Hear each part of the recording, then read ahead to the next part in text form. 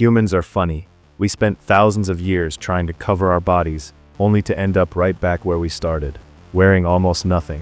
We went from caveman scraps to giant tent dresses, and now back to tiny shorts that are basically just strings. Let's look at the wild trip of clothing evolution circle.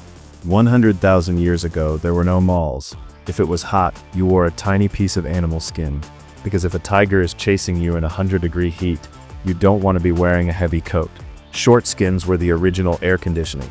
They kept you cool, and they didn't get stuck in the bushes while you were running for your life. It wasn't about looking hot. It was about not getting too hot. Simple, short, and practical.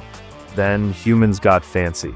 And for some reason, fancy meant cover everything. By the 1800s, women were wearing enough fabric to cover a whole house. Giant gowns, heavy layers, and corsets so tight you couldn't even breathe. If a tiger chased a Victorian lady, she was finished.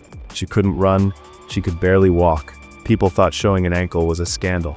It was the era of too much clothes. Then came the 20th century, and the world finally decided to exhale. In 1926, skirts hit the knees. In 1946, a guy named Louis Réard invented the bikini. He named it after an atomic bomb test site because he knew it would blow up the world. He was right.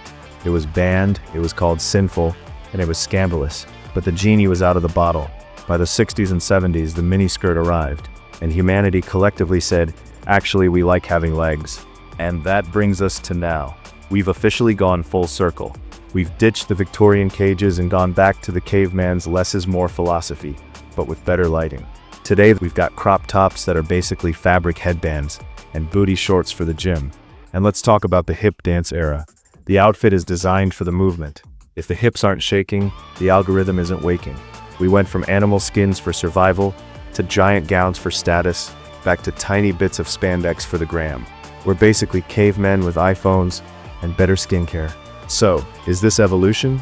Or are we just tired of being hot and uncomfortable? The best part of 2026 isn't that we're showing more skin, it's that we finally have the choice. You can wear a full, modest gown and look like a queen, or you can rock a micro bikini and feel like a boss.